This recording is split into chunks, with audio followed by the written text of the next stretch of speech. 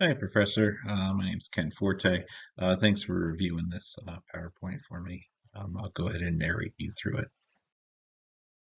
So, really high level, I've been employed by Bridgeport Hospital for over 20 years, and a large portion of my job has been spent in the emergency department in different roles. Um, and in recent years, I was involved in helping the emergency departments become a geriatric accredited center.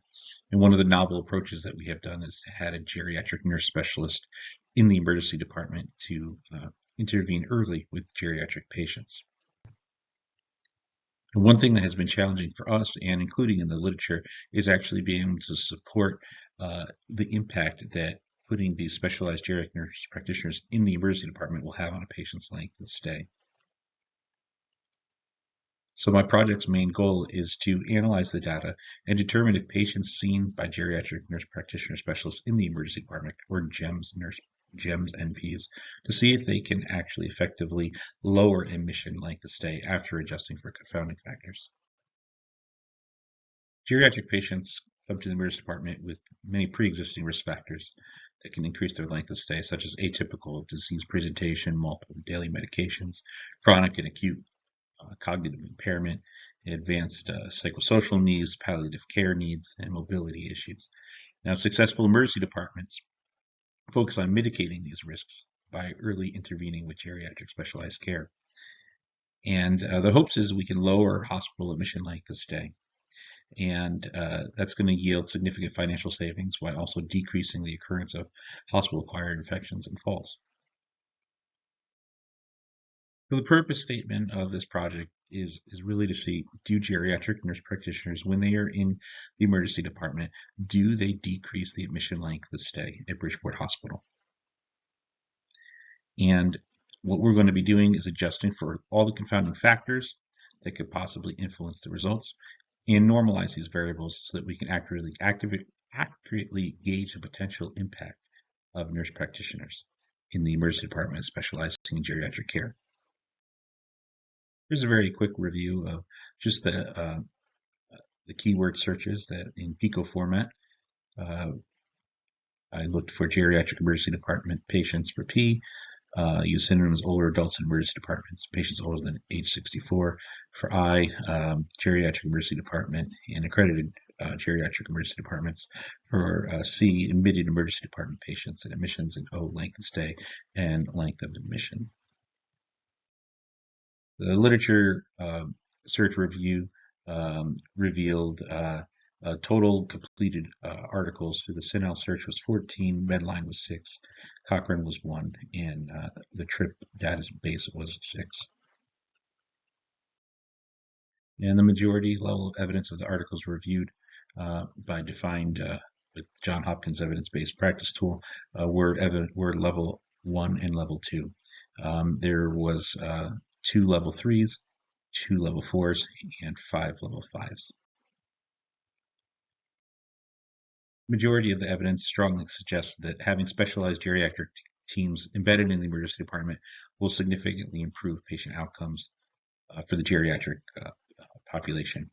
And specialized geriatric care physicians and nurses in the emergency department, they've been shown to effectively reduce department revisits, decrease falls, decrease hospital admissions, decrease mortality, decrease admission length of stay.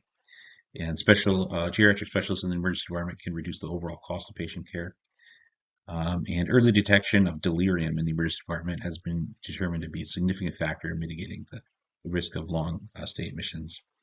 And the implementation of geriatric medicine specialist nurse practitioners in Bridgeport Hospital holds the potential to reduce department revisits, falls, hospital admissions, mortality, and length of stay by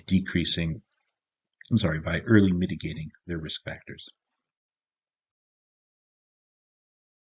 The Donabedian model was the conceptual framework I chose for this project. It's a healthcare specific system established in the 1960s for determining the quality of a project or service. It's composed of 3 steps: the structure, process, and outcome.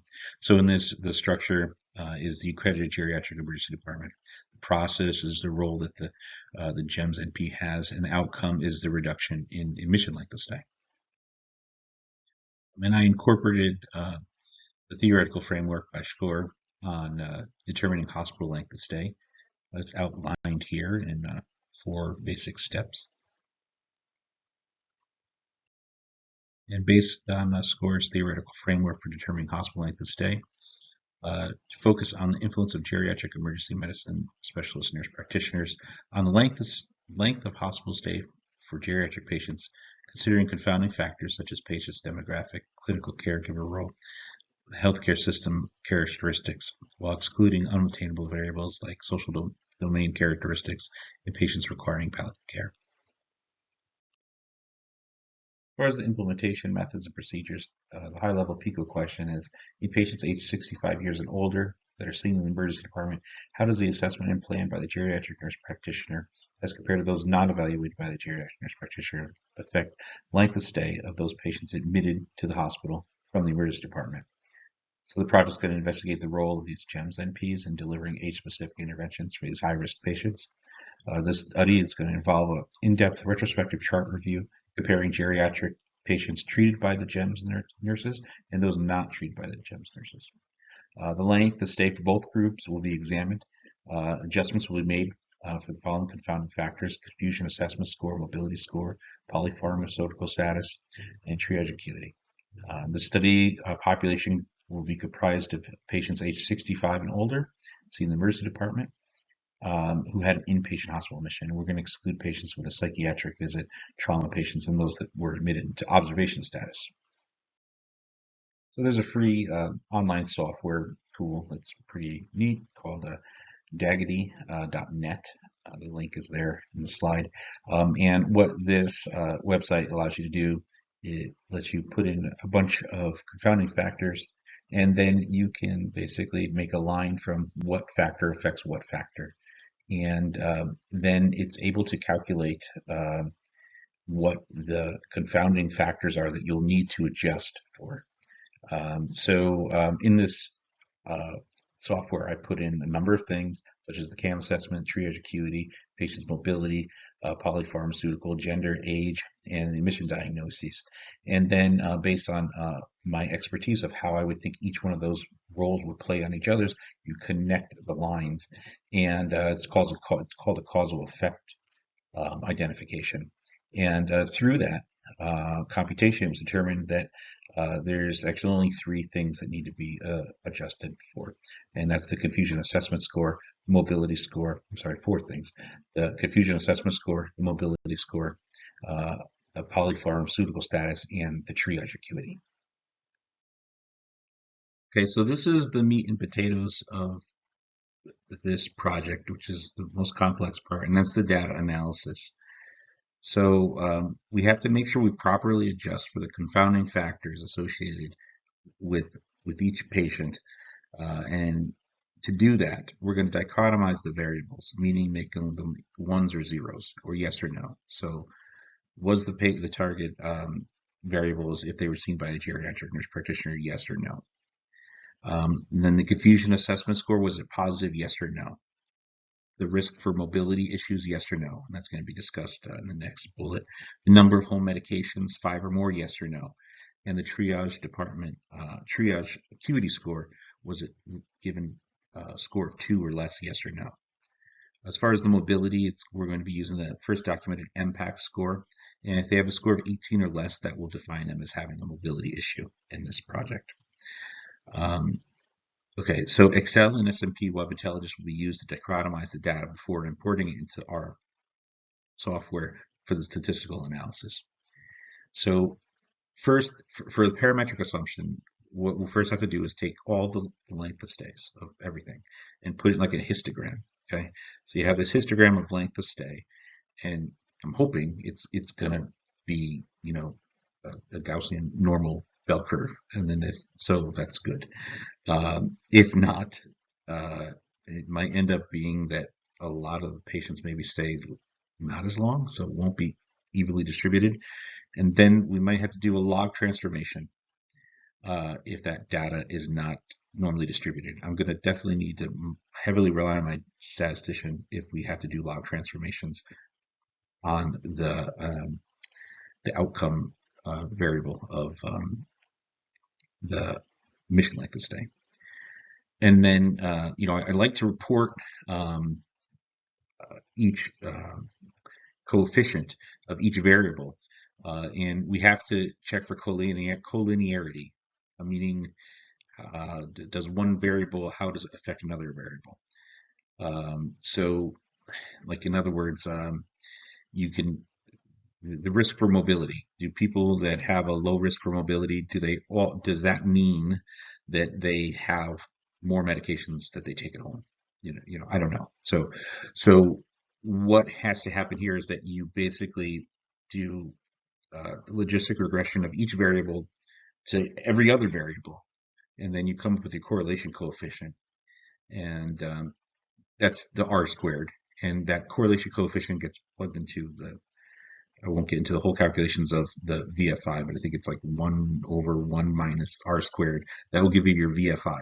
And that's the variable inflation factor. So the higher the variable inflation factor means that one variable is strongly correlated to the other variable. And so if you are breaking out your coefficients independently, uh, you should get rid of you shouldn't include those in the analysis if their VFI is 5 or greater.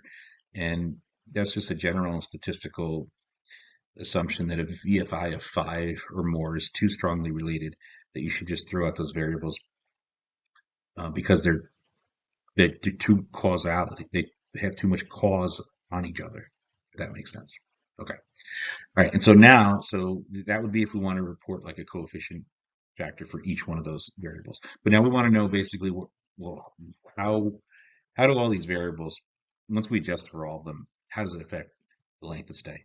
And so through that, we're going to use multivariable linear regression in the R software to come up with basically, if you were seen by the nurse practitioner, what did it do to your overall length of stay with a 95% confidence interval? And as I said before, if I have a log transformation that's going to be required, and then it's going to require a little bit of math that's beyond me, and I'm going to definitely need a lot of help with that. Hopefully, it will be evenly distributed, but we'll see more to come. Okay, so that's the big meat and potatoes of this project. The barriers or limitations, data collection. It's a retrospective chart review on all geriatric patients seen the past year. It can be challenging due to extraction issues from the EHR. Confounding factors, adjusting for confounding factors like polypharma status, age, gender, mission diagnosis, mobility score, triage score, and the CAM score can be complex. It's going to require collaboration with the Yale New Haven Health statistician that will help address this barrier. Ethical considerations, potential issues around patient confidentiality, and data privacy due to the retrospective chart review. However, to deal with this, all patient records will be de-identified using a visit encounter number instead of names or medical records. Institutional support, possible delays in obtaining support from the Bridgewater Hospital Nursing Research Committee, possibly in Sacred Heart IRB. Those should hopefully be easily met. Key stakeholders in the emergency department is the nurse manager, medical director of the ED, the GEMS NPs in the ED, and the geriatric medical director of the hospital. As far as the data key stakeholders, Yale New Haven Health joint data analytic team, if I run into any difficulties extracting data on my own, and then one of my colleagues who's a data scientist and statistician at Yale New Haven Health, Adam Chest, he will assist me with any data analysis that needs to be performed. And here we are with the timeline where this month is going to be the Sacred Heart IRB presentation, followed by the Bridgeport Hospital presentation. And then this fall, I'll be working diligently trying to extract all the data that's needed for the study, followed by an extensive data analysis. And then by winter of next year, the results will be reviewed and shared with Sacred Heart and Bridgeport Hospital. And by summer of next year, work will be disseminated to the university, and hopefully August of 2024, manuscripts will be able to be submitted for peer review journals. far as the resources required, minimal resources are going to be required for the data extraction and chart review for this project. I'll be able to independently mostly be able to do that myself. The doctor and nursing practice student, me, will compile a comprehensive report, including all the necessary data points. And then with the help of my Yale New Haven Health Data Joint Analytic team and statistician, we'll be able to work on the statistical analysis. The project's going to use several applications: S&P Web Intelligence for data extraction, pre-built Tableau reports for data extraction, Excel, and R. The budget is limited to the cost of the ad hoc JDAP support, which will be covered by Bridgeport Hospital.